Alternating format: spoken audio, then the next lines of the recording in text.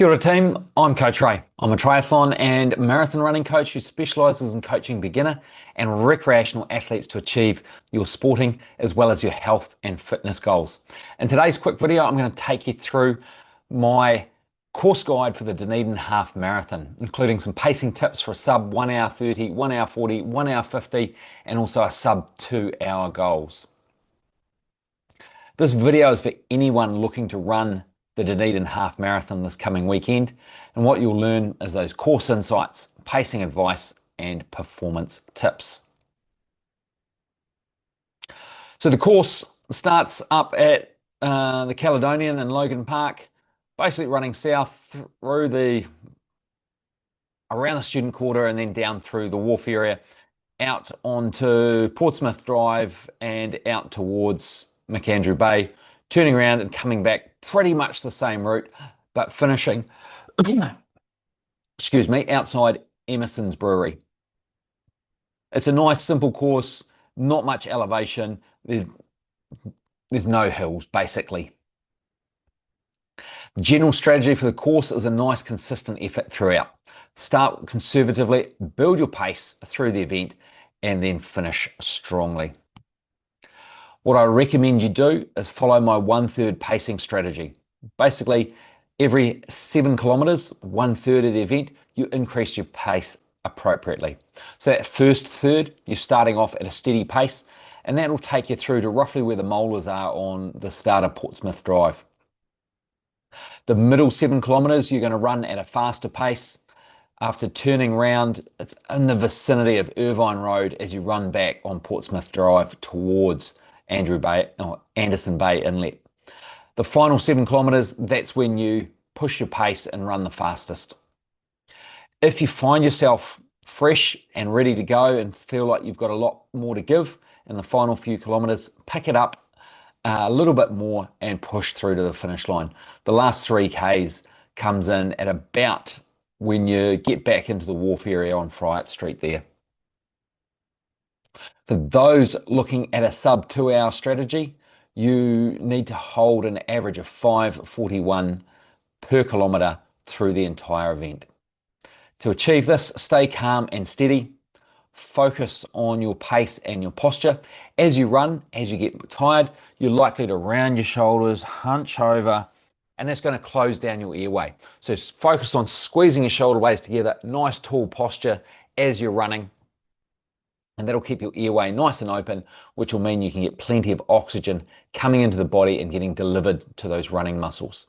Now, I can't find anything on their website about pacing groups, but I know in the past, the Dunedin Half Marathon has had a number of pacing groups, and they've previously had a sub 2 hour group. So keep an eye out for the balloons. They usually got nice bright fluoro singlets with the pacing group that they are pacing written on it. So keep an eye out for them. If they're there, they're there.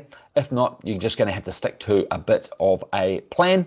And that plan is that first 7 kilometers, you're going to aim for a 5:50 pace, picking it up to a 5:40 pace in the middle. And then the final 7 kilometers is a 5:30 pace that you'll hold all the way to the finish line, or even go faster as you get closer.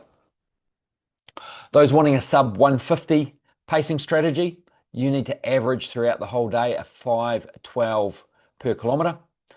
Don't try and bank time early. Starting fast is just going to mean that you tire out quicker and you don't have that energy reserve to finish strongly. Stick to the pace goals, stay strong through each and every aid station, and watch for your pace drifting off later in the race. Aim for 5:20 per kilometre for those opening 7 kilometres. Through that middle third, aim for 5:10 and pick it up to 5 minutes flat or even a little bit quicker for those final 7 kilometres. For those wanting to go sub 1:40, 4:44 per kilometre is what you need to average to achieve that. Key is to stay relaxed and hold that rhythm right from the outset. Find some other runners running about the same pace, shelter in them, run with them, stay comfortable. And if there is a 1:40 pacing group, run with them and stay nice and tight with them, and then focus on those final 5 Ks, pick up that pace as you really head for home. In terms of my 1/3 pacing strategy, that opening third of the event, aiming for 4:55, picking it up to 4:45 through the middle, and then those final 7 kilometers, 4:35, even pushing down to 4:30 and a little bit quicker if you can, particularly in the final 3 or 4 Ks. Now, for those of you that are looking to go a little bit faster and racing in under 1:30, 4:17 is what you need to hold. Now, I know the screen says 4:15. That's giving you a little bit of a fudge factor to make sure that you achieve it. So, as with the other time groups, you need a controlled start, strong through the middle, and a tough finish. Only surge towards the end when you've got plenty of energy left and not far to run. Sit in prior to that. Stay comfortable. Stay conservative with your running. Now, if you use heart rate or running power as your primary targets, flick us a message, contact me, and we can have a chat based on what you normally achieve as to what you will need to run to achieve your goal. But for those using a GPS watch and using pace as your primary metric, those first 7 kilometers you need to look to hold 4:25, picking that up to 4:15 through the middle section, and those final 7 kilometers 4:05, or even getting down under 4 minutes, especially in those last few kilometers. Now, to help you achieve on race day, I highly recommend downloading my self-psych form. The link is down below in the description. It's free to download, print it out, and use an actual pen and write your answers on the physical paper. That will just help cement things into your head and be a lot more conscious of your race plan. Rather than reading it, deciding something and moving on, the physical act of writing that on is going to give you a lot better success. Now, I recommend you print it out and sit down, find a quiet space for sort of 20-30 minutes, a couple of nights before race day. That way you've got time to consolidate things and make some updates if need be. It'll help you sleep better, particularly the night before. It's going to have that race plan fully developed for you. It's helping you to achieve your goals. Hand in hand with the self-psych form, I recommend having a mantra or two. Now, my go-to one is when the going gets tough, the tough get going. So if I find myself having a bit of a low during an event, to help me reframe my mindset, turn it around, take it from the negative, turn it into the positive, just saying that the going gets tough, the tough gets going inside my head really helps pick my mood up, change my focus, and move forward positively. If you know more lyrics of the song, feel free to sing them to yourself or even out loud to the other runners around you.